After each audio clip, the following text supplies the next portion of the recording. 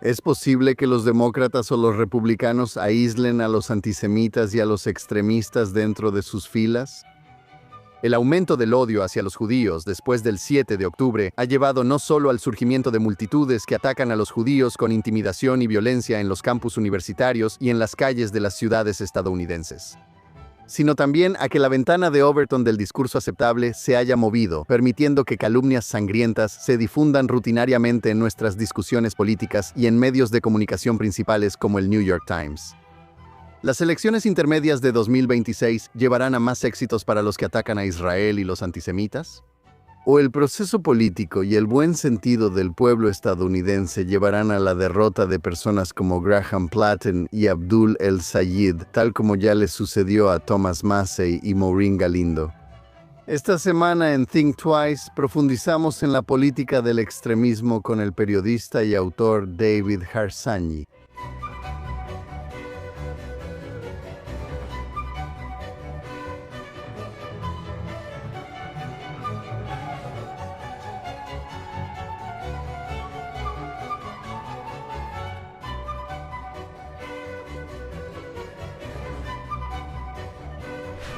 Hola y bienvenidos a Think Twice. Tanto los republicanos como los demócratas están librando una batalla por el alma de su política en 2026 cuyo resultado está lejos de ser claro. La derrota de extremistas y antisemitas como el republicano Thomas Massey y la demócrata Maureen Galindo en las primarias de Kentucky y Texas el mes pasado generó cierto optimismo. Que la normalización del antisemitismo, que se ha vuelto una característica habitual de la política y el periodismo estadounidenses desde el 7 de octubre, podría estar disminuyendo. Y existe toda la posibilidad de que personas como Graham Platter y Abdul El-Sayed, cuyo éxito podría demostrar que no hay límites para la capacidad de estos extremistas antijudíos, anti-Israel y anti-estadounidenses de obtener apoyo liberal general, finalmente sean derrotados en 2026. Pero no se puede negar que las fuerzas detrás de la normalización de teorías conspirativas antijudías no solo han ganado terreno en ambos partidos, sino que no pueden ser relegadas de nuevo a los rincones extremos de la izquierda y la derecha, que es donde pertenecen. O al menos no en el futuro cercano. Ya sea que estemos hablando de la base interseccional del Partido Demócrata o de populares podcasters de la derecha, difundir calumnias de sangre sobre los judíos ya no es necesariamente motivo de descalificación. Y eso ha creado una realidad nueva y perturbadora en la política estadounidense que no se puede ignorar. Para hablar de esto, tenemos la fortuna de contar nuevamente esta semana con uno de los analistas más agudos de la política actual. David R.S. es escritor senior en el Washington Examiner y colaborador del New York Post y National Review, además de ser coanfitrión junto con Molly Hemingway del podcast You're Wrong en el Federalist Radio Hour. Es autor de 6 libros, incluyendo Eurotrash, Why Americans Must Reject the Failed Ideas of a Dying Continent, y el de 2024, The Rise of Blue Anon, How the Democrats Became a Party of Conspiracy Theorists. David Harsanyi, bienvenido de nuevo a Think Twice. Gracias por invitarme, se lo agradezco. Bueno, David, muchas gracias por tomarte el tiempo de acompañarnos de nuevo. Antes de preguntarte sobre los ejemplos particulares de extremismo y antisemitismo que existen hoy en día dentro de ambos partidos principales y cómo cada uno de ellos está manejando el tema de aislarlos, creo que la pregunta que me gustaría hacerte primero es cómo surgió un conjunto particular de creencias que creo que tiene sus raíces en algunas de las teorías de conspiración que mencionaste en tu libro, Blue Anon, es decir, el antisionismo, que creo que es indistinguible del antisemitismo. Se mueven dentro de la ventana de Overton del discurso aceptable en los medios de comunicación principales, así como parece haber facciones en ambos partidos. Vaya, esa es una buena pregunta. Quiero decir, yo solo pienso que es porque nadie pensaría jamás en ser racista y conspiranoico de la manera en que lo son con el pueblo judío, por ejemplo, con los afroamericanos o cualquier otra persona. Y es porque el antisionismo les da esa cobertura. Es como una puerta de entrada para decir lo que quieran. Sionista es un eufemismo para una persona judía. Pero incluso dentro del antisionismo, yo diría, ya sabes, que es un disgusto o una repulsión hacia Israel o lo que sea. Puedes culpar a los judíos aquí en el país, ya sabes, por todos estos viejos estereotipos sobre los judíos. Controlar los medios, controlar el dinero, ser capaces de desplazar o deshacerse de un político que no les gusta. Así que creo que está prácticamente hecho a la medida para ese tipo de odio que siempre ha existido. Ciertamente entre los progresistas hacia los propios judíos, pero también entre los tipos aislacionistas y los paleoconservadores, quienes, en mi opinión, están muy cerca de ser progresistas ellos mismos. Quiero decir, honestamente, Tucker Carlson está mucho más cerca de Hassan Piker de lo que la gente probablemente quiere admitir. De hecho, diría que son relativamente indistinguibles, excepto quizá por algunos temas culturales, y ni siquiera sé si eso sigue siendo cierto. Así que supongo que siempre ha estado ahí, esa es mi respuesta hasta cierto punto. Ahora simplemente se permite porque hemos eliminado el estigma. Gracias por sintonizar Think Twice.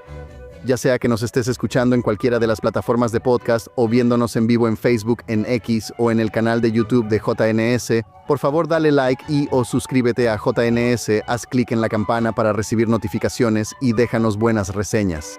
Además de Think Twice, hay un podcast diario de Jonathan Tobin donde comparto más noticias y análisis contigo sobre los temas más importantes que enfrentamos hoy en día.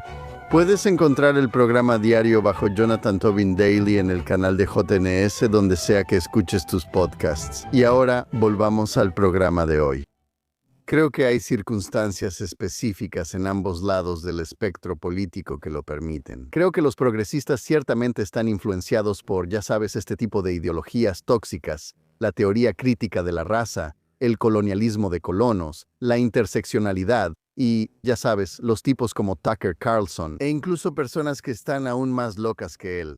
Ya sabes, ellos tienen su propio conjunto particular de teorías de conspiración que, ya sabes, les permiten que facilitan que el antisionismo y el antisemitismo incluso les resulte fácil. Pero ambos llegan a la misma posición. Sí, lo hacen. Y no es nuevo. Todos lo sabemos. O sea, si piensas en, ¿cómo puedo decir esto? La marcha de las mujeres o Black Lives Matter o cualquier tipo de movimiento progresista siempre hubo, creo que en la marcha de las mujeres, eran los tipos como Farrakhan quienes la lideraban. Lo cual, ya sabes, se mezcla muy fácilmente con lo que está pasando. O sea, es esencialmente casi el mismo tipo de retórica. Y entre ellos, ya sabes, hubo ese incidente con el hijo de Rand Paul donde se lanzó en una diatriba antisemita. Me acordé de eso y lo culpó al estar borracho. Sí. Sí. Yo no voy, ya sabes, cuando he tomado un poco de más no me voy por ese camino, así que no estoy seguro. Creo que es como una especie de suero de la verdad, de alguna manera. Pero, ya sabes, me recordó que Ron Paul tenía esos boletines, seguro te acuerdas, donde estaba lleno de ese tipo de cosas, y él es un abuelo. Es un abuelo. Sí.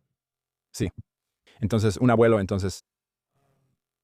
Ese tipo de personas siempre han existido, solo que ahora son más populares y han ganado mucha atención gracias a los podcasters. No me malinterpretes, el New York Times también participa, pero a su manera más sofisticada.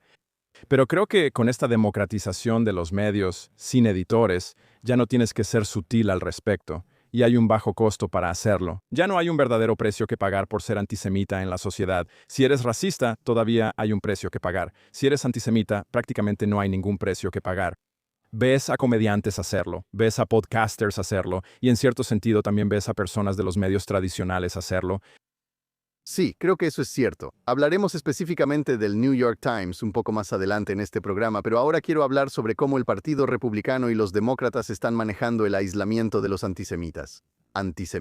El antisemitismo es un problema tanto en la izquierda como en la derecha, pero es posible sentirse más cómodo con la forma en que uno de ellos está aislando a los que odian a los judíos. ¿Y qué papel crees que juega el espíritu hiperpartidista de nuestro discurso y la política cuando se trata de lidiar con este tipo de personas? Para mí está claro que los republicanos están haciendo un mejor trabajo porque Massey ya no está. Marjorie Taylor Greene ya no está.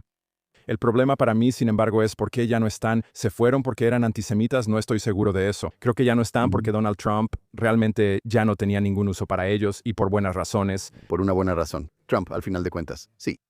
Exactamente. Tenía mucho que ver con los archivos de Epstein, y ahora, ya ves, la clase Epstein, otro nuevo eufemismo para cierto tipo de persona. Como si Epstein estuviera actuando de alguna manera, de una manera judía, como si existiera tal cosa, ya sabes, o sea, sí existe, pero él no estaba actuando de esa manera.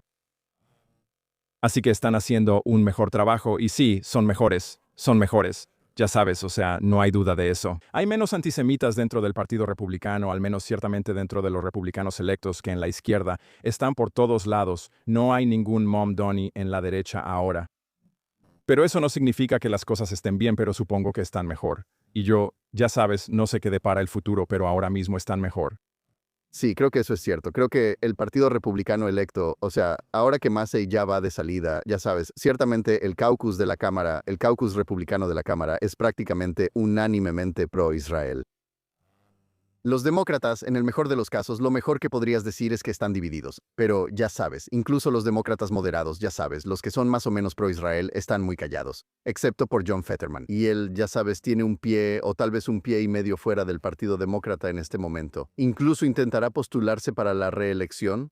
Así que supongo que la pregunta de cara, ya sabes, a los meses de verano es que, aunque todavía son relativamente pocos en número, el grupo de congresistas de izquierda ha tenido un impacto enorme en el Partido Demócrata desde sus inicios, ya sabes, después de las elecciones de 2018. Sí, como podría suceder, Graham Platform, Platter y Abdul El Sayed, por mencionar a dos personas en particular, son elegidos para el Senado este otoño. ¿Qué crees que significará eso para el Partido Demócrata y su futuro si hay un grupo en el Senado además de la Cámara de Representantes? Ellos van a ganar cada vez más poder y prácticamente no hay nadie que realmente se oponga a estas personas de una manera significativa. O sea, cuando piensas en Platner, no fue el tatuaje nazi lo que realmente hizo que alguien dijera no, no, gracias. Fue, ya sabes, fue lo sexual, ya sabes, las cosas sexuales o lo que sea que esté pasando ahora, de lo cual estoy seguro que habrá más. Pero el grupo se ha expandido hacia el establecimiento, ¿verdad? Tienes a Van Holland escribiendo artículos de opinión en el New York Times. Senador de Maryland, ¿sí? Sí, senador de Maryland, que ya sabes, Maryland probablemente no lo he revisado, pero supongo que su población judía es relativamente alta. Y quiero decir, solo sé que por eso vota demócrata en su mayoría. Sí. Sí, exactamente. Y él no tiene problema en hacer eso. No le va a afectar de ninguna manera porque a muchos del establecimiento judío secular no les importa. Am, Así que no es como si estuvieran siendo presionados para ser menos extremos. Su extremismo ahora es un cáncer en el partido. Sí, Chuck Schumer. El tipo del tatuaje nazi en Maine, Chuck Schumer, ya sabes, tan pronto como ganó Chuck Schumer ya se había sumado, y lo entiendo. Estás en una posición partidista, pero ¿no deberían estar trabajando más duro a nivel de las primarias para tratar de frenar a estas personas? Lo ves en Michigan, el Sayed o como se llame. Él, ya sabes, no hay mucho establecimiento, o sea, hay personas postulándose, pero no hay un esfuerzo concertado para tratar de evitar que esto suceda, como sí has visto que pasa en el Partido Republicano. Quiero decir, todo el asunto de Massey fue impulsado por el Partido Republicano del establecimiento, otra vez por las razones que sean, así que ah, no creo que se vea bien. Sabes, bien podría ser que si toman el poder, empiecen, ya sabes, a presentar proyectos de ley que corten la financiación, ya sabes, la financiación de armas para Israel o que les impidan comprar armamento y cosas así. Creo que verás eso. Por eso, al menos pienso que es importante quizá que Israel empiece a pensar, ya sabes, y sé que Netanyahu ha mencionado esto, en pensar en ser más independiente en ese sentido. Sí, creo que eso es cierto. Y creo que esa es, ya sabes, una posición inteligente a largo plazo para que Israel la tome. Pero creo que el simbolismo del hecho de que, ya sabes, 40 senadores demócratas ya hayan votado para cortar la venta de armas a Israel en medio de una guerra, muestra hacia dónde se dirige el Partido Demócrata. Ahora, para dar otro paso, ya sabes, para profundizar un poco más en los demócratas, ¿crees que hay un futuro para los demócratas pro-Israel? Alguien como el gobernador de Pensilvania, Josh Shapiro, uno de los muchos aspirantes demócratas a la presidencia para 2028, está actuando como si pudiera manejar la creciente hostilidad hacia los judíos y hacia Israel dentro de su partido, diciendo que odia a Netanyahu y esperando que eso sea suficiente para satisfacer a la izquierda sin obligarlo a renunciar a cualquier afecto por Israel, lo cual es muy difícil para él porque, ya sabes, él está muy involucrado en la comunidad judía. Pero muchos en la base demócrata realmente piensan que Kamala Harris perdió contra Trump en 2024 porque ella y Joe Biden no fueron lo suficientemente hostiles hacia el Estado judío después del 7 de octubre. Y no conozco a nadie que piense que John Fetterman, quien es uno de los pocos demócratas verdaderamente pro-Israel, podría ganar una primaria demócrata cuando termine su mandato en 2028. ¿Crees que será posible que alguien sea nominado por los demócratas en 2028 que no acuse falsamente a Israel de genocidio o que no sea abiertamente hostil hacia ese país, o al menos que no esté a favor de, ya sabes, imponer un embargo de armas? Poco probable. Creo que tal vez tendrán un tono más moderado que, ya sabes, la clase activista, pero sinceramente me parece muy poco probable, y podría estar equivocado, ojalá lo esté, que cualquier persona judía siquiera pueda ser el candidato. Simplemente no creo que los activistas lo permitirían. Incluso escuchando a Shapiro, a veces me pregunto qué pasará cuando Netanyahu ya no esté. ¿Qué dirán entonces?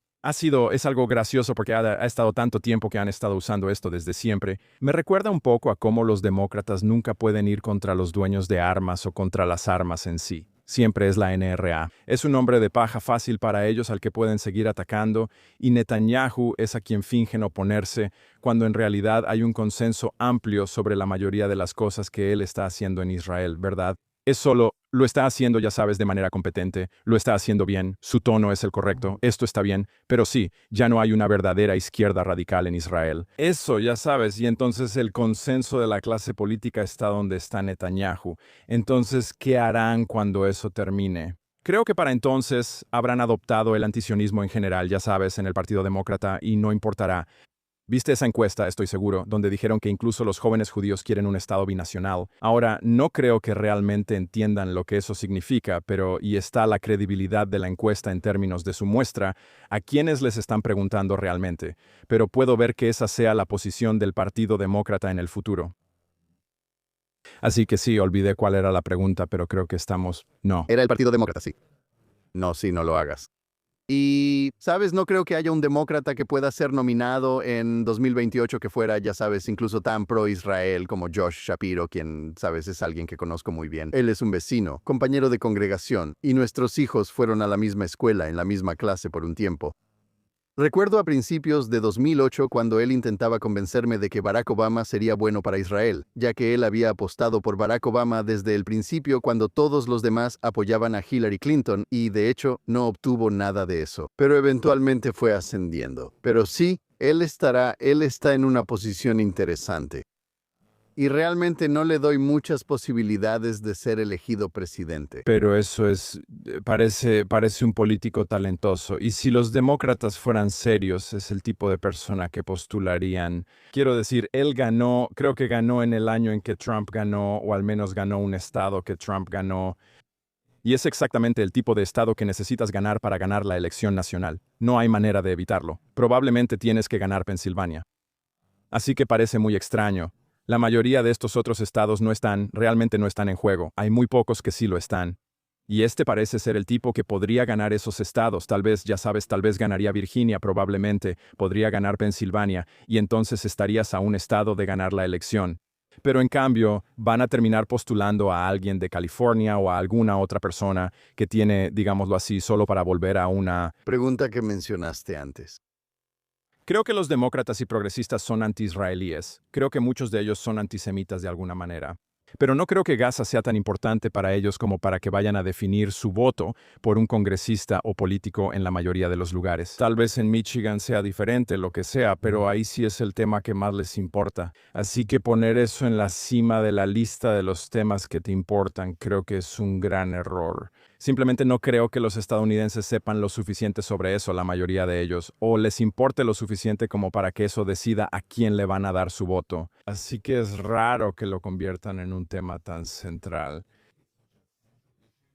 Y lo hacen y es importante porque los progresistas creen en eso, pero simplemente no creo que todavía y tal vez nunca eso vaya a ser un tema decisivo en una elección presidencial. Así que es muy raro darle la espalda a un candidato que podría ganar Pensilvania, que tiene una actitud moderada y que, comparado con otros, ya sabes, comparado con los socialistas del partido, bastante moderado, que es un político talentoso, que la gente, ya sabes, que podría atraer a los gente común de los suburbios, que creo que es la gente a la que buscan en todo el país. Pero veremos qué pasa. Sí, Soy escéptico de que él sea el elegido. Aquí. Sí, sabes, lo que pasa es que él ganó, ya sabes, ganó la gubernatura en 2022 en Pensilvania por un margen enorme sobre un terrible candidato republicano. Es probable que gane, ya sabes, la reelección este año por otro margen enorme, incluso si el candidato en su contra es mejor. Pero ya sabes, esa es la cuestión, por supuesto. No creo que la mayoría de los demócratas en el país se preocupen tanto por Israel, los palestinos y Gaza, pero la base del partido sí. Ya sabes, la base interseccional sí se preocupa. Así que supongo que, ya sabes, no, ya sabes, es demasiado pronto para empezar a hacer predicciones sobre 2028, aunque tal vez hablemos un poco de eso.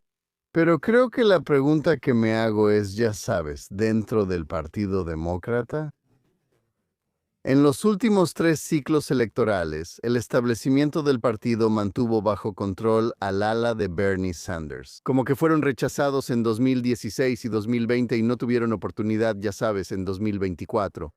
¿Será 2028, ya sabes, el año en que el ala de Bernie Sanders del Partido Demócrata tenga su oportunidad? Obviamente, lo inteligente, ya sabes, lo más sensato para ellos es nunca dejarlos. Ya sabes, controlar la nominación presidencial, nominar a alguien, ya sea Josh Shapiro o el gobernador de, ya sabes, el gobernador de Maryland. Hablando de Maryland, que ha sido, ya sabes, considerado mucho más razonable. ¿Pero lo harán? ¿Eso volverá a pasar?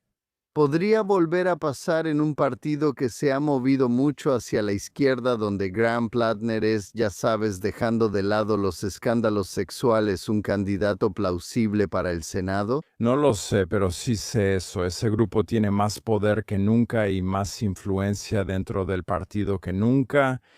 Y pueden hundir candidatos a veces si quieren en elecciones locales y para el Senado. Así que su poder se va a expandir. Aún no sé si el Partido Nacional puede permitir que alguien así se postule. Siento que sería más alguien que pudiera unir a ambos lados de alguna manera, tal vez el gobernador de California, tal vez no lo sé. No puedo, ya sabes, no puedo pensar en alguien más en este momento. Sí, creo que hay muchas personas que, ya sabes, no sabemos quién va a surgir y quién va en serio y quién no. Usher como que tiene esa estética. Que más o menos tiene la estética. Sí, o sea, la cosa es que hay personas susurrándole al oído a AOC en este momento. Deberías postularte para presidenta. Presidenta. No pienses en el Senado. No pienses en regresar a la Cámara. Postúlate para presidenta. ¿Quién sabe? No creo que sea una locura pensar que alguien como ella podría ganar las primarias presidenciales, si no la, ya sabes, no la elección general. Creo que sería aniquilada. Tal vez me equivoque. O sea, la gente me dice que es muy carismática. Yo la encuentro un poco tonta. Y no es solo eso. Las ideas progresistas todavía no son populares en este país. Tal vez nunca lo sean, ojalá nunca lo sean. Por eso cubren toda su agenda con eufemismos. Intentan engañarte sobre lo que realmente son las cosas. El socialismo todavía no es popular. La charlatanería cultural que está incrustada en ese partido no es popular para la mayoría de la gente. Por eso Gavin Newsom tiene las cualidades estéticas de alguien que parece que podría ser presidente, ¿verdad? Pero todavía le falta algo. Él sigue siendo, sigue siendo un izquierdista radical, pero Alejandra Ocasio-Cortez va un paso más allá, ¿verdad? O sea, ella es socialista. E incluso usar la palabra progresista me molesta un poco, pero lo hago porque así hablamos en este país. Pero de lo que estamos hablando aquí es de marxistas, y simplemente no creo que el marxismo vaya a ser popular entre los grandes donantes, con ya sabes, tal vez algunos como los del estilo de Soros, pero no sé si siguen siendo la facción dominante del partido. Ya veremos. Tal vez dependa de estas elecciones intermedias. Si ves a Plattner, aguanta y pierde. O si ves que algunos de estos candidatos que son progresistas, que son muy apologistas del terrorismo, que, ya sabes, abrazan todos estos temas sociales de la extrema izquierda, pierden y se los niegan. El Senado, por ejemplo, entonces tal vez haya un pequeño cambio ahí, pero supongo que tenemos que esperar a ver. Sí, sí. Ahora quiero pasar a nuestro lado del espectro político y hablar un poco más a fondo sobre el crecimiento del antisemitismo en la derecha. Las encuestas muestran que los jóvenes de la derecha tienen actitudes negativas hacia Israel, aunque no al mismo grado que la izquierda. Pero claramente no es solo Tucker Carlson o incluso la aún más loca Candace Owens quienes piensan que este es el camino del futuro. Me pregunto si la disposición de Megyn Kelly para apoyarlos y participar en acusaciones conspirativas contra Israel por su cuenta y contra los judíos es una señal de que ella y probablemente otros piensan que, ya sabes, este es el futuro de la derecha. ¿Qué opinas al respecto? No sé si ella, creo que es una excepción en el sentido de que diría cualquier cosa por unos cuantos clics. No creo que sea una persona de principios ni alguien que realmente haya reflexionado profundamente sobre todo esto. Probablemente nunca ha leído un libro sobre Medio Oriente en su vida, y no estoy diciendo que sea tonta. No creo que tenga un coeficiente intelectual bajo. Simplemente no creo que ella, ya sabes, simplemente no creo que sea una persona de principios de ninguna manera. Mientras que Tucker, creo, sí es un verdadero creyente o, ya sabes, otros como él. Quiero decir, seguimos hablando de cómo Qatar u otras naciones los compran, pero eso realmente no importa en cierto sentido. Es solo que puedes convencerte de cualquier cosa, incluso si te están pagando. Y todo lo que me importa es lo que estás diciendo, ¿verdad? Al final, eso es lo que importa. Así que sí creo que ven una audiencia lo suficientemente grande como para que les sea rentable actuar de esta manera, lo crean o no. No puede penetrar en sus almas.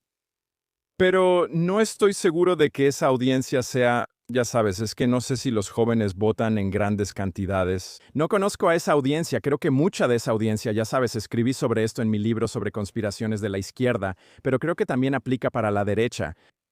Solo estamos hablando del bajo costo de ser antisemita. Ese es el único lugar donde realmente puedes fastidiar a los boomers y sus creencias tontas y anticuadas. Es la única vez que puedes mostrarte así y ser provocador, y realmente te da una emoción. Especialmente creo que los hombres jóvenes tal vez sienten una verdadera emoción al poder decir cosas que realmente no deberían, pero, ya sabes, donde realmente no hay un gran costo por hacerlo.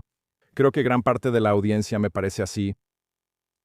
Realmente no sé cuál es el número. Es muy difícil saber cómo funciona esa audiencia. ¿Son extranjeros? ¿Cuántos de ellos están en Estados Unidos? Pero lo que sí sé es que es una cantidad significativa y suficiente como para preocuparme por el futuro. Simplemente todavía no estoy convencido. Sí, todavía no me he convencido de que sea algún tipo de movimiento realmente poderoso. Definitivamente vas a ver que los jóvenes se vuelven un poco en contra de Israel, pero de nuevo, simplemente no creo que eso sea un tema importante para la mayoría de las personas que van a votar, sean jóvenes o mayores. Simplemente no lo veo así. Todavía. Sabes, no hay duda de que la mayoría de los republicanos jóvenes y mayores, pero obviamente mucho más entre los mayores, son muy pro-Israel. Cuando hablamos de evangélicos o simplemente, ya sabes, republicanos MAGA o quien sea, como sea que se caractericen, Israel es mucho más popular. El antisemitismo es más raro en la derecha. Ya sabes, prácticamente casi, ya sabes, eliminado, ya sabes, realmente no tiene mucha presencia entre la clase gobernante. Pero creo que una de las cosas que noté, estoy seguro de que tú también, es que después de todo ese alboroto, ya sabes, en Heritage, hace un año o hace más de un año, cuando su presidente Kevin Roberts, ya sabes, se mantuvo firme con su amigo, ya sabes, Tucker Carlson, y luego todo pareció explotar en su contra. Y ya sabes, intentaron desmarcarse de eso en el foro de ese grupo. Y vimos a muchos jóvenes trabajando dentro de la administración. Parecía haber una verdadera corriente de sentimiento anti-Israel. Se hizo sentir de varias maneras diferentes, pero ya sabes, estaba ahí. Quiero decir, no se puede negar. La pregunta es, ya sabes, qué tan extendido está. Pero, ya sabes, este tipo de cosas, cuando se dejan solas, tienden a empeorar y crecer. Está ahí, creo que está ahí. A veces es difícil señalarlo exactamente. Me meto en problemas por decir esto, pero no estoy diciendo que él sea antisemita ni nada por el estilo. Pero creo que J.D. Vance es anti-Israel. Creo que es un buen soldado. Creo que es un buen vicepresidente en el sentido de que apoya al presidente. Pero muchas cosas que dice me parecen muy sospechosas cuando se trata de la libertad de expresión y cosas así. Él solo parece defender o apoyar el derecho de las peores personas a hablar, lo cual yo también creo, pero lo usa de nuevo, lo presenta de una manera en la que de alguna forma alguien les está impidiendo hablar. Ya sabes, como si alguien estuviera impidiendo que Tucker diga lo que quiere, o impidiendo que Tucker tenga a un antisemita en su programa, como fuentes, y quejarse de eso de alguna manera es considerado contrario a la libertad de expresión. No, tenemos derecho a asociarnos o no asociarnos con personas que son intolerantes. También tenemos derecho a decir lo que queramos sobre ellos, pero él nunca parece defender ese derecho. Siempre termina siendo desequilibrado. Es un poco difícil de explicar porque creo que en realidad es bastante astuto al respecto, y Tucker es su amigo. Todos lo sabemos. De hecho, probablemente es vicepresidente gracias a Tucker Carlson. Así que me preocupa a él. Creo que es un aislacionista, pero tampoco me gusta. Sí, creo que es liberal económicamente en muchos otros aspectos. Hay una corriente de Patrick Buchanan. Siempre ha estado ahí y ahora es más popular que nunca porque va de la mano con el proteccionismo, va de la mano con el aislacionismo, obviamente, y hay muchos grandes admiradores. Vi a Kevin Roberts decir que desearía que Buchanan tuviera razón en todo, ya sabes, cuando se postuló para presidente en el 90 y tantos, lo que haya sido. Eso es muy preocupante porque creo que Patrick Buchanan no es David Duke. Sigue siendo alguien que dijo muchas cosas que creo que fueron ofensivas para la gente judía. Sabes, no creo que odiara a la persona judía que se sentaba junto a él, pero definitivamente lo pensaba. Él pensaba que la gente judía tenía demasiado poder en este país y que la gente judía nos había llevado y arrastrado a una guerra. ¿Y qué estamos hablando de entonces? Esa era la primera guerra del Golfo, cuando él decía que era como una guerra judía. Que sí, la guerra del Rincón del Amén, ¿verdad? Correcto. Y escucha, él escribió ya sabes, ya sabes, es como si hubiera una línea directa de Patrick Buchanan escribiendo un libro diciendo que Churchill fue el villano de la Segunda Guerra Mundial. Sí, exacto. Hasta Tucker Carlson teniendo, ya sabes, a una persona aún más tonta en su podcast diciendo lo mismo y yendo aún más lejos. Sí. ¿Quién es el escritor? Ahora se me escapa su nombre para National Review. Joseph Sobran, ¿verdad? Joe Sobran. Sí, bueno, ese fue, ya sabes, uno de los grandes momentos de William Buckley, cuando básicamente, ya sabes, puso una barrera entre Buchanan y Joe Sobran. Y, ya sabes, el movimiento conservador principal escribió un libro entonces, En busca del antisemitismo. Ya lo había hecho antes con la Sociedad John Birch en los años 60, pero lo volvió a hacer a principios de los 90. Pero supongo que el problema ahora es que, ya sabes, todos sabían que Bill Buckley, el fundador del movimiento conservador político moderno en Estados Unidos, tenía el derecho de actuar como filtro. Hoy en día, ya sabes, en Internet ser un guardián se considera algo malo. Sabes, se considera un insulto. Ser un guardián es lo que nos separa de los animales. Siempre le digo eso a la gente, no lo entiendo, y todos son guardianes, así que las personas que hablan sobre ser guardianes también lo hacen en su programa. Tienen en sus sitios a personas que les agradan o personas que no les agradan, siempre discuto con la gente sobre esto. No tenemos que hacerlo. Pienso en Piers Morgan, ¿verdad? Cómo finge que está teniendo un debate entre estas personas y aquellas personas, pero le da voz a los que más odian a los judíos y los pone al mismo nivel que personas que han reflexionado sobre estos temas y están debatiendo de buena fe. Así que esta idea de que tienes que darle voz a la peor persona y ponerla frente a alguien que sí es legítimo, o ya sabes, gente que dice, ¿quién eres tú para decirnos quién es legítimo? Tenemos criterio, nosotros decidimos estas cosas. Por eso leemos libros, pensamos sobre los temas o tenemos debates.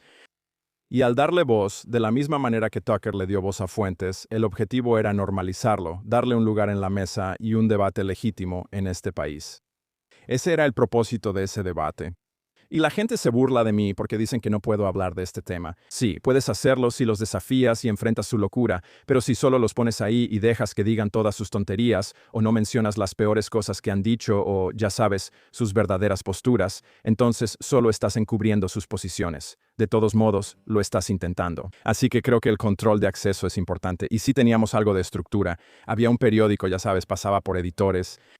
Quizá tenían prejuicios, quizá no, pero te daban retroalimentación, lo estaban analizando. Ahora ya no tienes eso. De hecho, ahora tienes incentivos, especialmente en el mundo de los podcasts, pero también en línea, monetizados y con incentivos para invitar a las peores personas que puedas, para que digan las cosas más locas y más llenas de odio que puedan, porque eso genera dinero. La infraestructura de Twitter o X, quiero decir, es realmente mala cuando se trata de combatir el antisemitismo, al menos. Definitivamente lo ha impulsado. Creo que más de lo que probablemente habría sido de otra manera. Sí, bueno, échale la culpa a Al Gore por inventar el Internet, pero ya sabes, pero... Sí, o sea, eso en realidad es cierto. Mientras más contenido incendiario le des a tu audiencia, no importa dónde estés, sabes, mejores, más clics tendrás, más descargas tendrás para los podcasts.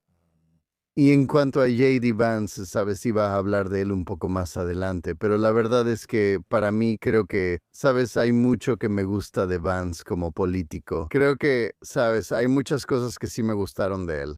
Pero si eres neutral, sabes, sobre el antisemitismo de Tucker Carlson, que fue la postura pública que tomó cuando fue a Turning Point, Estados Unidos. Sabes, en diciembre del año pasado, cuando Ben Shapiro y Tucker estaban discutiendo entre ellos en ese evento, Y él decía, bueno, no voy a elegir entre los dos, ¿sabes? Entre estos dos lados. Es como, ¿por qué eso no debería ser motivo de descalificación? Por supuesto que queremos que tomes partido en algo así, ¿sabes? Es cuestión de lo correcto y lo incorrecto.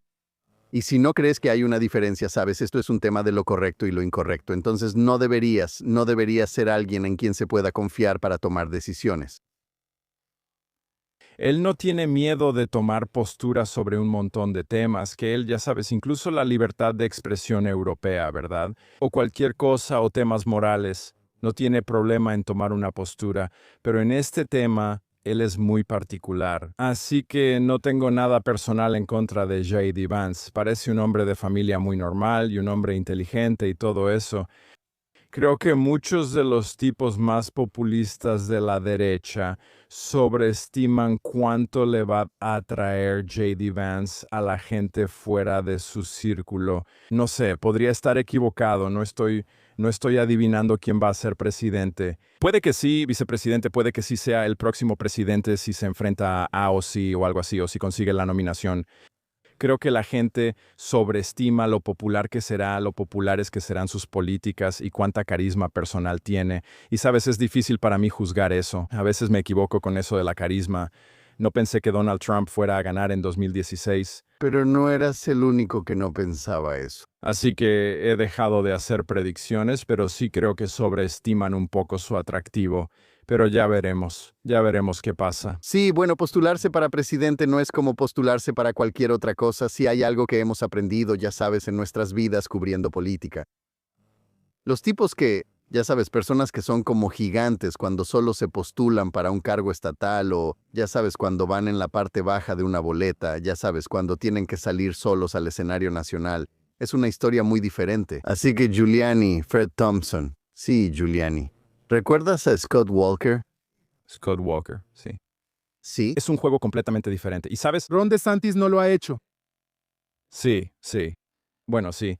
Y también me recuerda un poco a Obama, pero no creo, en realidad no creo que tenga el carisma de Obama, pero ya sabes, estuvo en el Senado durante 2 años. Básicamente fue impulsado por unos cuantos multimillonarios en Ohio para ganar su elección. No es como si tuviera una larga trayectoria en la política. De nuevo, eso no significa que no pueda pasar. Donald Trump se postuló y ganó. Y ya sabes, Obama básicamente tuvo una carrera muy corta en la política antes de ganar. Así que puede pasar, pero no lo sabemos. Y es difícil ser vicepresidente cuando realmente no puedes definir tus propias posturas. Estás defendiendo las posturas de alguien tan voluble como Donald Trump. Ese no es un trabajo fácil. Entonces tendrá tiempo para hacer eso si quiere postularse la próxima vez. Sabes, va a ser interesante porque él va a ser responsable de todo lo que ha hecho Donald Trump, incluyendo la guerra con Irán, por la cual estoy seguro que no quiere ser responsable. Pero es difícil entonces ir en contra de Donald Trump cuando te estás postulando y decir que eso fue un error, porque, como hemos visto, Donald Trump sigue controlando este partido. Solo pregúntale a Hubert Humphrey sobre eso si quieres retroceder y preguntarle sobre un vicepresidente con una idea diferente sobre una guerra, en ese caso Vietnam en 1968. De todos modos, eso es una buena transición para mi siguiente pregunta sobre Irán. Las encuestas nos dicen que la guerra contra Irán no es popular y su impacto en los precios de la gasolina claramente está perjudicando a Trump y a los republicanos en el periodo previo a las elecciones de medio término. No te voy a pedir que predigas lo que hará Trump, porque eso siempre es un juego de tontos. Pero, ¿crees que el fin del conflicto con un acuerdo del tipo que se ha mencionado públicamente, que creo que podría y será caracterizado como algo que significará que el esfuerzo estadounidense fue un fracaso y, ya sabes, como dejar a Irán sin consecuencias? ¿Sabes cómo podría eso ayudar al Partido Republicano? O, independientemente del hecho de que permitir que el régimen islamista se libre de las consecuencias sería un desastre para los intereses estadounidenses, ¿crees que Trump estaría mejor en este momento? ¿Simplemente perseverar en sus esfuerzos por lograr el fin de la amenaza iraní en lugar de aceptar un acuerdo que básicamente todos saben que los iraníes no cumplirán? Es difícil saberlo. Yo diría que las desventajas electorales de ir a la guerra con Irán, Trump ya las tiene, ya están incluidas en su imagen negativa. Así que irse ahora debilitaría su apoyo entre las personas a las que sí les gusta, lo que significa que parecería una rendición. Parecerá que actuó como Obama y que es débil. Creo que para el prestigio estadounidense sería terrible. Sabemos lo que están haciendo los iraníes. Ellos alargan estas cosas. Lo hacen todo el tiempo porque saben y piensan y tal vez tengan razón. Espero que no, que pueden esperar más que Donald Trump por los precios de la gasolina, por las presiones políticas internas. Tenemos unas elecciones intermedias próximamente. Incluyen a Hezbollah en sus acuerdos a propósito porque así pueden instruir a Hezbollah para que ataque a Israel. Y cuando Israel responde como cualquier nación normal lo haría, pueden decir, mira lo que pasó. Ahora extienden la línea de tiempo aún más. Así que constantemente han estado haciendo esto durante 4 administraciones, supongo. Y luego les funciona para sobrevivir y les resulta bien. Creo que Donald Trump, personalmente quiero que él termine con el régimen. No sé si eso sea posible, pero creo que rendirse ante ellos ahora tampoco tiene ningún beneficio político. Sí, los precios de la gasolina están altos y eso va a doler. Pero irse ahora creo que a largo plazo sería terrible para los republicanos, terrible para él, terrible para el mundo. Así que necesita terminar el trabajo. Tenía 4 puntos clave cuando empezó esto, o justo antes de empezar esto, que quería de los iraníes, especialmente el número 1, el tema nuclear. Eso necesita resolverse o vamos a tener que volver otra vez. Y eso simplemente parece un fracaso total y todos lo van a criticar por ser un fracaso. Y eso no va a ser bueno políticamente ni para los republicanos ni para él tampoco. Así es. La impopularidad de la guerra, ¿sabes qué significa eso para los neoaislacionistas de la derecha? Ellos afirman que hablan por la mayoría de la gente y que los demócratas estaban uniformemente en contra de la guerra. Pero, ¿realmente son así? ¿Esta oposición fue motivada principalmente por intereses partidistas o por hostilidad hacia Israel? O, ya sabes, ¿crees que hay algún fundamento para el ala de J.D. Vance del Partido Republicano, por ejemplo, que, ya sabes, su postura es en última instancia la correcta? No, toda guerra tiene un lado negativo serio, ¿verdad? La gente muere, es destructiva, no sabes qué va a pasar. Por lo general suele ir en direcciones que nunca imaginaste. Así que ser aislacionista es algo fácil porque siempre hay algo terrible pasando de lo que puedes quejarte. Pero en cuanto a las guerras, creo que esta guerra ya se ha peleado. La parte militar de esto fue algo sin precedentes. Quiero decir, Irán resultó ser un tigre de papel. El armamento chino resultó no ser efectivo. El armamento ruso resultó no ser efectivo. La idea de que no podemos actuar, nunca actuar en función de nuestros intereses en cualquier parte del mundo es su postura. Y simplemente no creo, no puedo imaginar que eso vaya a ser popular. Si los precios del petróleo no estuvieran tan altos, obviamente lo están. Simplemente no creo que esto tendría tanto efecto en parte política en las elecciones. Y simplemente no. Cuando le preguntas a la gente en encuestas, ¿hemos ganado la guerra? La mayoría de la gente dice que sí, que hemos ganado la guerra. Simplemente están en contra de que estemos involucrados por Irak por los precios del petróleo y porque no les gusta Donald Trump. Creo que mucho de esto, si fuera Biden quien lo hiciera, simplemente no puedo. Creo que sería mucho más popular porque muchos republicanos estarían de acuerdo y algunos demócratas también estarían de acuerdo. Pero yo, sabes, no sé realmente cómo responder a esa pregunta. Todavía no creo que el aislacionismo vaya a ser popular entre la mayoría de los estadounidenses a largo plazo, especialmente cuando vean lo que Irán puede hacer con un arma nuclear o lo piensen. Pero sí, es difícil decirlo, supongo. Esa es mi respuesta. Quiero hacer una pregunta más sobre Vance, quien es, ya sabes, si crees en las encuestas demasiado tempranas, todavía es el presunto favorito para suceder a Trump. ¿Crees que básicamente va a tener que renunciar a Tucker Carlson si quiere ser un candidato viable en 2028? Quiero decir, obviamente, Trump tendrá mucho que decir sobre lo que pase en 2028 y él, ya sabes, de alguna manera puedes ver que está jugando con Vance y Marco Rubio, a quienes les ha dado todos estos trabajos. Ya sabes, él es como el Henry Kissinger de la política exterior estadounidense otra vez. Ya sabes, pero Vance tiene que pagar un precio para, ya sabes, jugar en las grandes ligas. O crees que puede simplemente salirse con la suya siendo neutral sobre Carlson para siempre?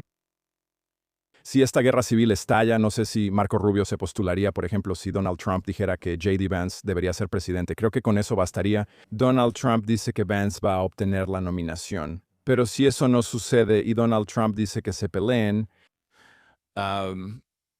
entonces va a haber una guerra civil entre los republicanos más del tipo establishment y los republicanos más del tipo populista.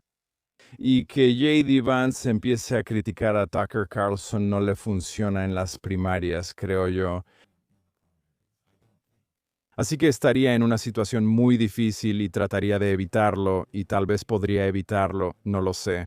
Pero si Donald Trump simplemente le da el puesto, no creo que tenga que hacerlo. Correcto. Entonces, o sea, esto es justo ahora. Ya sabes, es difícil, como dijimos, fue difícil ser vicepresidente. Así que no estás haciendo realmente mucho, ¿verdad?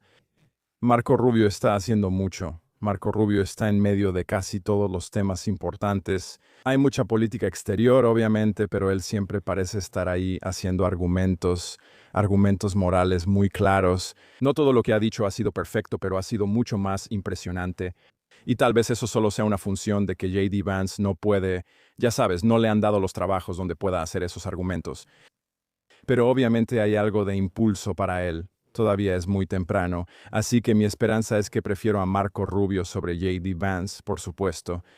Pero todo se reduce a lo que Donald Trump quiera. ¿Y cuál era esa película donde le lanza el palo de billar y le dice que lo resuelvan peleando?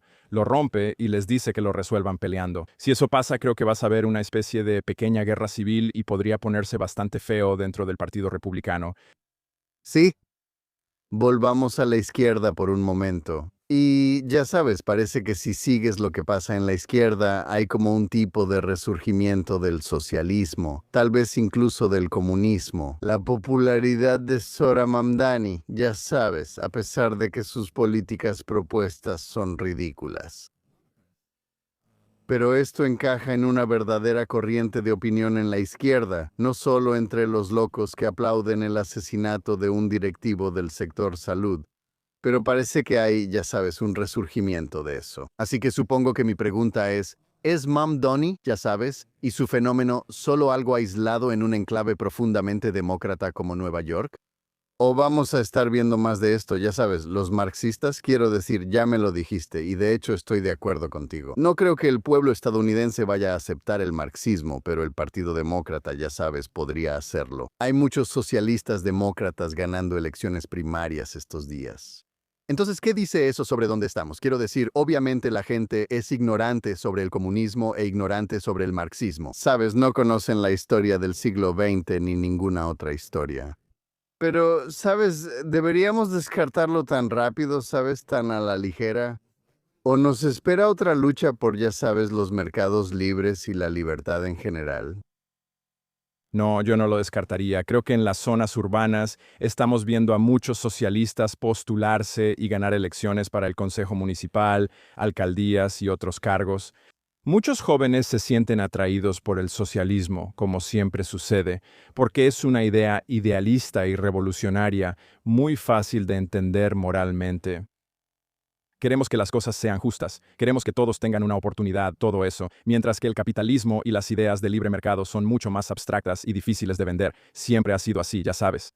Hoy iba a escribir una columna defendiendo a las grandes farmacéuticas. Ya sabes, ningún joven quiere escuchar eso, ya sabes, pero es la verdad y es muy difícil de vender, así que lo tomo muy en serio. O sea, tú sabes.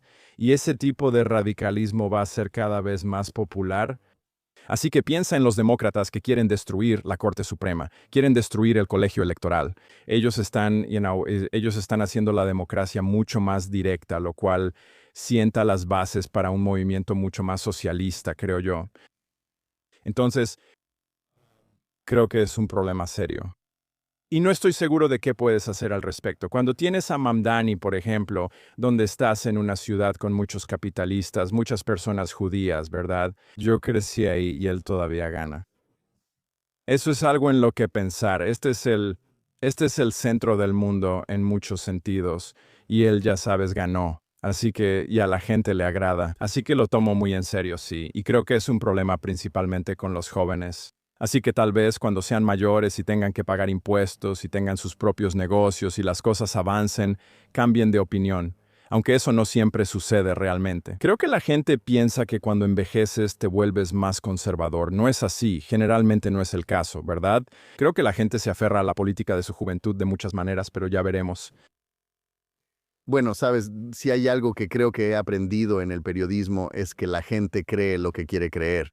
Y si acaso, ya sabes, como que la ola de apoyo para Mamdani parecía venir de una especie de clase de, ya sabes, élites tituladas que estaban fracasando. Ya sabes, como toda esta gente que, ya sabes, todos estos jóvenes que obtuvieron todos estos títulos caros y que ahora, ya sabes, realmente no están viviendo tan bien. No pueden, ya sabes, vivir en Manhattan como les gustaría. Así que las cosas gratis les suenan bien, como siempre les ha parecido atractivo a las personas muy pobres. Y es cierto, creo que muchos de sus votos vinieron de lugares en Brooklyn, Queens y Manhattan que eran de cierto tipo, ya sabes, de cierto estrato de la sociedad. Mientras que hace muchos años, cuando Giuliani ganó, sus votos vinieron de Staten Island, Queens y zonas de clase trabajadora de Brooklyn, donde esa población ya no existe como antes. Así que sí, Es otra Nueva York. La Nueva York que eligió a Rudy Giuliani, sabes, se fue hace mucho tiempo. sí. Y ese es el caso en muchas ciudades porque es para los ricos y los pobres, básicamente. Y luego tienes esta dinámica de la que a la gente no le gusta hablar, pero ya sabes, la Alianza Rojo-Verde. Sabes, hay muchas personas que son islamistas, básicamente, o defensores del islamismo que están muy involucrados en eso, en las escuelas y la academia, pero también dentro de esas comunidades. Como dije, no creo que sea el tema más importante para la mayoría de las personas, pero es muy importante para esa minoría de personas. Y eso también permite más antisemitismo porque el progresista de izquierda siente que esta es la víctima, ya sabes, la clase victimista, ya sabes, simplemente se unen. Los ves en la cooperativa en Park Slope con sus cufillas, ya sabes, y cabello rojo. Como que no tiene sentido para mucha gente, pero para mí sí lo tiene porque ha sido igual desde los años 70, cuando la OLP y los comunistas alemanes, ya sabes, cometían actos terroristas juntos. No estoy diciendo que esas personas sean exactamente iguales, pero tienen es la misma alianza entre esas dos fuerzas, y eso también está pasando en las zonas urbanas, y eso es peligroso. Y por eso tienes a muchos candidatos, un candidato que no irá al desfile del Día de Israel, pero que, ya sabes, adoptará todo tipo de ideas radicales que existen. Así que solo son socialistas democráticos hasta que tienen que serlo, y luego simplemente son comunistas de los de antes, y creo que la gente debería preocuparse por eso. Pero no les importa la historia. No sé, realmente no sé cómo arreglar eso. No creo que sea que no lo sepan, creo que es que no les importa y no creen que sea lo mismo. Y quieren intentarlo de nuevo, y esta será la lucha de nuestros hijos y nuestros nietos y así sucesivamente porque simplemente sigue reapareciendo. Sí. Quiero pasar a, ya sabes, otro tema para llegar a lo último que quiero discutir, que es el periodismo y lo que le ha pasado en nuestro tiempo, donde, ya sabes, tenemos toda una generación de jóvenes periodistas, especialmente en los medios tradicionales, que piensan que el activismo es periodismo. Han sido adoctrinados en, ya sabes, todas esas teorías woke y, ya sabes, realmente ni siquiera están interesados ni en principio en la búsqueda de la verdad objetiva. Solo quieren, ya sabes, decir lo que quieren decir y están motivados, ya sabes, por una ideología política. Y no hay mejor ejemplo de eso que el New York Times. Y ha llegado al punto con el New York Times donde están dispuestos a publicar lo que yo llamaría, lo que he denominado, y muchas otras personas también, una calumnia de sangre sobre Israel. Ya no se trata solo de una cobertura sesgada contra Israel. Ahora están publicando historias, ya sabes, una historia. Me refiero a la columna de Nicholas Kristof, una columna de 3.000 palabras, entre otras cosas, afirmando que los israelíes están entrenando perros para violar palestinos, lo cual es una locura y, ya sabes, no está verificado excepto por fuentes de Hamas. Y aún así lo respaldan. Y creo que, sabes, creo que vale la pena profundizar en eso. Pero creo que una de las cosas que me llamó la atención sobre la controversia fue que, aunque fue un gran tema entre las personas que se preocupan por Israel de una u otra manera, no estoy seguro de que realmente haya llegado más allá. Sabes, no se convirtió en un gran tema fuera de ese ámbito. Creo que, ya sabes, el mundo siguió y no dijo, espera un minuto, el New York Times acaba de autodestruirse. Sabes, creo que muchas personas simplemente no estaban tan, como dices, a muchas personas no les importa tanto el Medio Oriente ni la política exterior. Pero creo que deberían preocuparse por, ya sabes, la institución periodística más grande de este país.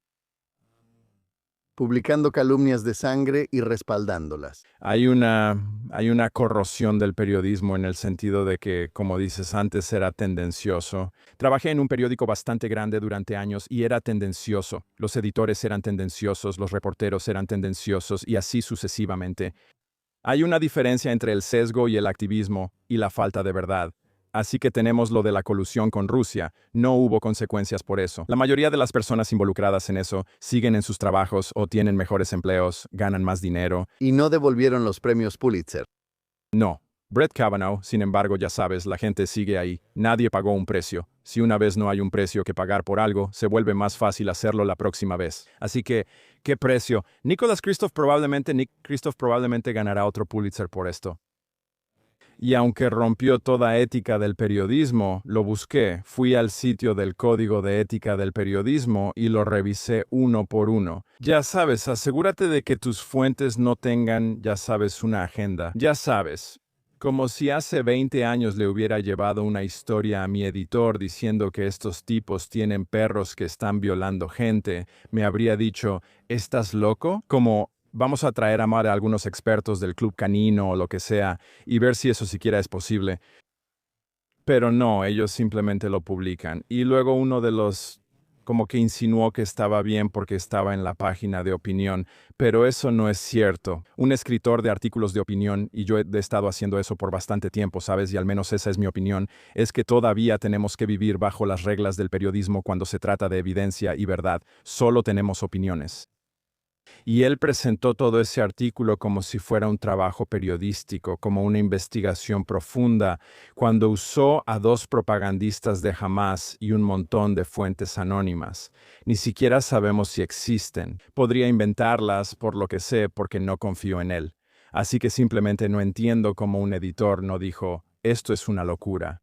Pero creo que lo que pasa es que su audiencia, ellos ganan buen dinero, The New York Times le va bien y su audiencia no tiene problema con este tipo de cosas porque solo quieren escuchar lo que quieren escuchar, no quieren escuchar la verdad. Eso pasa mucho, eso también pasa en la derecha. Y muchos de estos podcasters son, ya sabes, famosos por eso. Pero el Times ha estado haciendo esto desde los años 30 y hasta cierto punto, ¿no? Y se salen con la suya y seguirán ganando premios Pulitzer y no importará. No perderán muchos suscriptores o ninguno. Tal vez hasta ganen algunos, por lo que sé. Bueno, o sea, Al final, lo que realmente importa para ellos es el negocio. sí.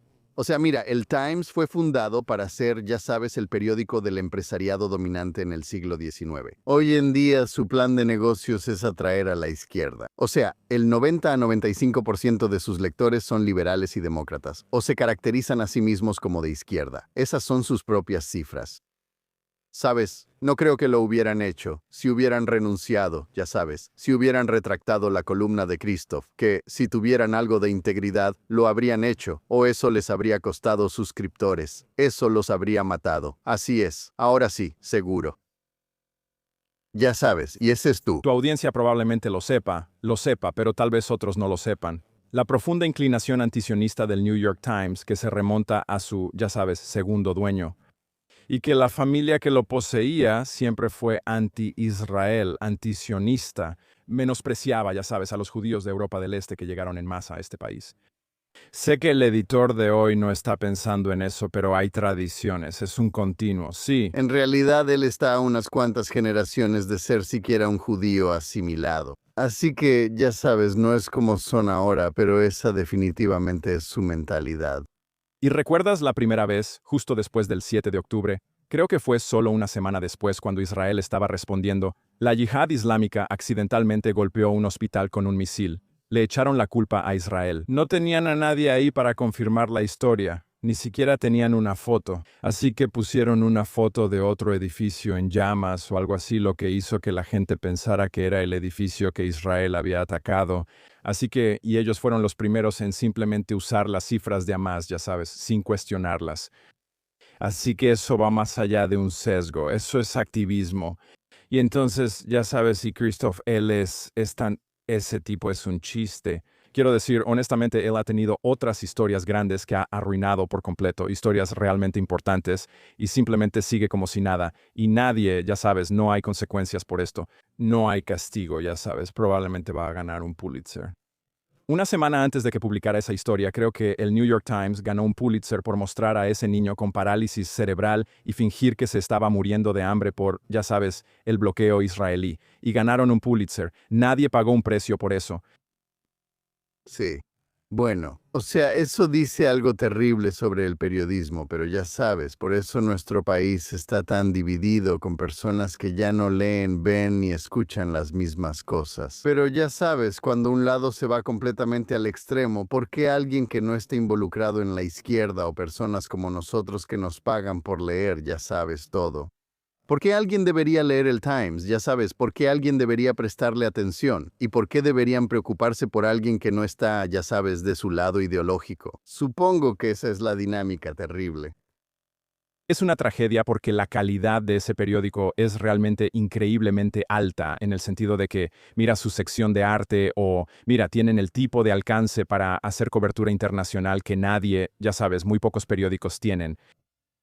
Y en lugar de hacer eso, destruyen su reputación. Yo culpo a los medios establecidos por la popularidad de la clase de los podcasters porque no hay falta confianza.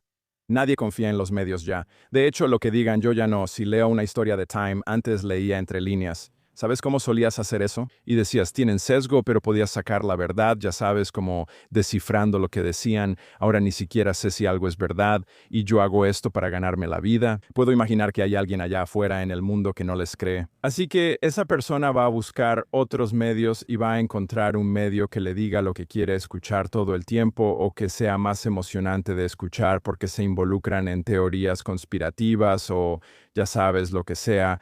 Y por eso es un gran problema en la sociedad, porque necesitamos tener información en la que podamos confiar. Yo no confío en el New York Times, no confío en el Washington Post, no confío en CNN, no sé en quién confiar. AP, Reuters. Realmente no hay nadie en quien confiar. Y ese es un gran problema. Bueno, con esa nota poco feliz, David, muchas gracias por acompañarnos. ¿Dónde pueden nuestros espectadores y oyentes seguir tu trabajo?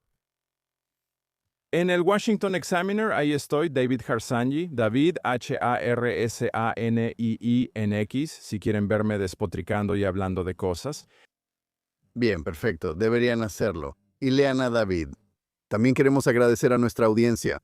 Por favor, recuerden sintonizar todos los días la edición diaria de Jonathan Tobin, que pueden escuchar donde sea que obtengan sus podcasts. Y ya sea que nos estén escuchando en una de esas plataformas, viéndonos en ellas o viéndonos en vivo en Facebook, X o en JNS TV, por favor denle like y o suscríbanse a JNS. Hagan clic en la campanita para recibir notificaciones y denos buenas reseñas.